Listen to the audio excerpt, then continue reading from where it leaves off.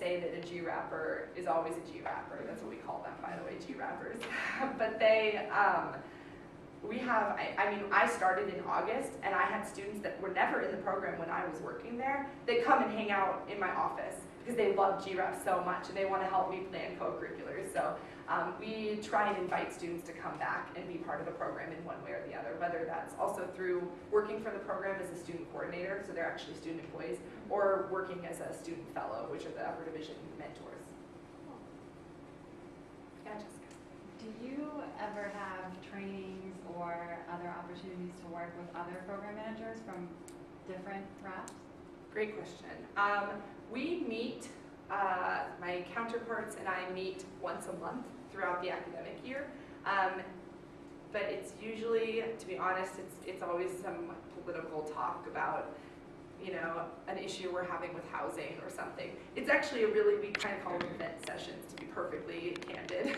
But in terms of planning, like collaborative programming, we don't really do that. It's something I wish that we did more of. I think that that would be really beneficial. We do, a few of our instructors teach for more than one rap. So we have a dance instructor. We offer a dance class every year, and she teaches for the Libby Arts Rap as well. And so she'll do a co-curricular activity that both rap students will come to. But other than that, no, we don't really collaborate at this time. Also, it made me think of when you said that you hadn't thought to talk to students directly. I wonder if that's the case with other program managers, and you know, what are they doing that really works for them, and what could you be doing, or how you could all kind of share good things and bad things. And yeah, no, that's a great suggestion. In general, I think I've formed friendships with many of my counterparts, and they all knew what I was doing. They all know about this capstone project and what the theme behind it was, and that I was doing an evaluation. They've been nothing but supportive. You know, they would take a look at my paper. So I think that when I come back and kind of have time to think about a lot of this, it'll be a great idea to get together with them and say, well, how can we change some of these fundamental issues? So thank you. Yeah, I hope that we do that soon. David. Yeah, I've got lots of questions, but one that sort of strikes me is the challenge, the political challenge with the housing folks. What are your ideas for dealing with that?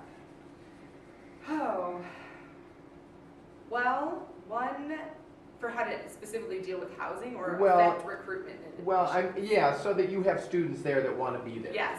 So one thing that we've tried in the past that I have considered bringing back, there used to be an application for the program, but this was before, they got rid of it before I even started, but it's a fake application. I mean, the students had already been assigned to Smith and to B&G-RAP, but then we got their names, the program got their names from housing, and this is back in May of their senior year of high school, would send them an application that said, you know, what does global studies mean to you? Why do you want to be a part of the program? And we'd have students fill it out, and we said that it was an application. But we stopped doing that. I think part of it was just, it was a new program at the time, and I'm not sure that I'm the only full-time staff member, and I think there probably wasn't time to kind of do that. And also, it was a little misleading to the students, and that's something I personally struggle with. I don't like thinking of giving the students an application that isn't real. However, I think that we could do better marketing. We could try and make an effort to, I don't know if it's going to be via our website or if we can get names somehow from high schools. A lot of it's very tricky there. This is actually not helping your answer at all. Now I'm thinking part of the problem is that there's restrictions on what we can market because of admissions. Admissions is really, they control the information that CU gets out to prospective students. So I think it's really just building bridges. I think that you know, I've made some great contacts in housing as well as in admissions, but there's also been turnover, and that's kind of a problem too, because then once that contact leaves, it's like you're starting all over developing the relationship. However, I also think getting the directors on board is a great way to do it. Recently, like you asked Jessica, what kind of, you know, communication do I have with the other program managers? So we all struggle with this issue with housing, and I think we've mentioned it so many times to our directors, who have then mentioned it so many times to housing and the directors of housing, that it's cracking away. I think they're finally realizing that they need to take the RAPs a little more seriously. I have noticed for this incoming class, I've been much more in the loop than I ever was before. So it looks like it's getting better. I think just to keep trying, keep letting them know how important it is. I have a couple of questions. Sure. Does Smith College, is its focus global studies, Smith College in general? Yes. So when students apply, they apply specifically, like RAP aside, do they apply specifically to Smith College?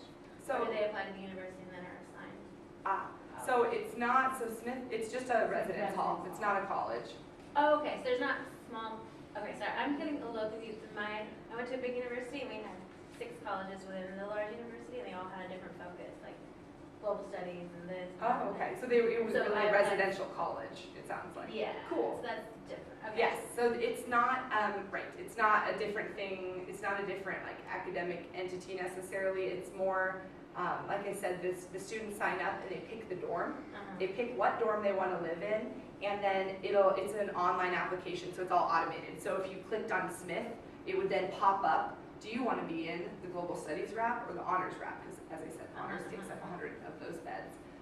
But then you would click on that, and so you'd indicate there on the housing application whether you want to be in Smith. And if you selected Smith and you saw the 2 RAPs and you didn't want to be in them, you either need to go back in the application and select a different dorm, or you need to pick one of the RAPs, and that's how we end up with students that didn't actually want to be in the program. So after listening to this and speaking with you, it seems like Independence is obviously a great program, a great opportunity for students, but it also seems like it is primarily just an opportunity for students from more affluent backgrounds. Do you know if there is any kind of at least a discussion among administrative members of the RAPs to maybe open up more opportunities for people from less affluent backgrounds? Do you mean financial opportunities? Yeah. I don't know what the other RAPs do. The Global Studies RAP does provide fee waivers to students that request it. It's really not, again, to be candid about it, it's not a super formal process. They will contact the director and or I, and will, if they have filled out a FAFSA, if they're a domestic student and they have that financial information, we'll look at it. If they don't, we'll kind of just ask them to write a little essay that explains their background and why they need the fee waiver. And I mean, I can tell you, we've granted all of the ones that we've had requested this summer. We don't, and it does say it on our website, it's not super well advertised on purpose. We don't want every student to ask for that, because that is our operating budget, or their program fees. But we absolutely offer fee waivers. GRAP does. The other RAPs, I can't speak for. Great presentation. I'm interested in the demographic that goes to CU in general. What kind of students? Now you talked about majors, but it might be a big question, but the kind of student that goes there. Kind of student that goes there. This would not be based on actual, I mean, I don't have the data in front of me, but from my experience and from what I've heard being there, I mean, it's a state school, Right. so the vast majority are Colorado residents. Most of Okay. the students are from Colorado. However, our next highest state that is represented is California. We have very high percent of Californian students. And then, as I mentioned, as far as international students go, it's about 5% of the total students are international, and that includes graduate students. Do you mean more like Ethnicity, I was kind of going for that. I think it's very, very highly Caucasian. That's what I thought. Okay, thanks. Sure. Sorry, I can't give you the actual numbers. It's okay. Silly little question, but I'm curious why the service learning trip doesn't get college credit. Oh, so the service learning trip is operated through a third-party provider, and I think I'm not sure if we would even. It's a great question though. That would probably be nice for the students. In order to get those things accredited, there have to be, I think there's certain guidelines, 10 days is not long enough at all. I don't think that there's any programs that CU will grant credit for that are only that long, and we don't want to make it any longer because that's the biggest selling point for that program. But mainly we haven't really thought about that yet. Part of the reason that we like to use the program was that it was something we were able to implement right. Like the program was GRAP was only 2 years old, and we already were able to get that off the ground because we went entirely through a third-party provider. So it's something to consider for the future, absolutely. What the steps we would need to take would be to get that accredited through the Office of International Ed, and that's a conversation I should probably start now. That's a good suggestion, thank you. Any other questions? I have more of a curiosity. So a lot of the polls said that, or your survey said that the classes were too politically oriented. And my observation of an American culture, and more my wife's observation, who's from Bordeaux,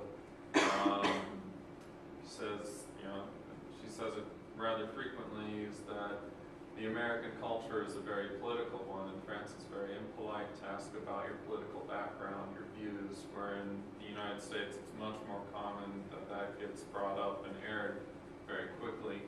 And I think it also may have something to do with just a reflection of the time that we're in. Yeah. So it's more an observation and no, I appreciate that. a consideration to maybe express.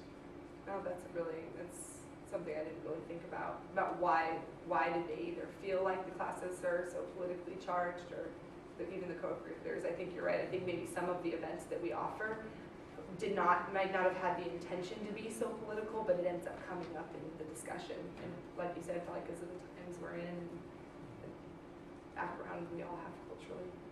Thanks. Yeah. And thank you, Catherine.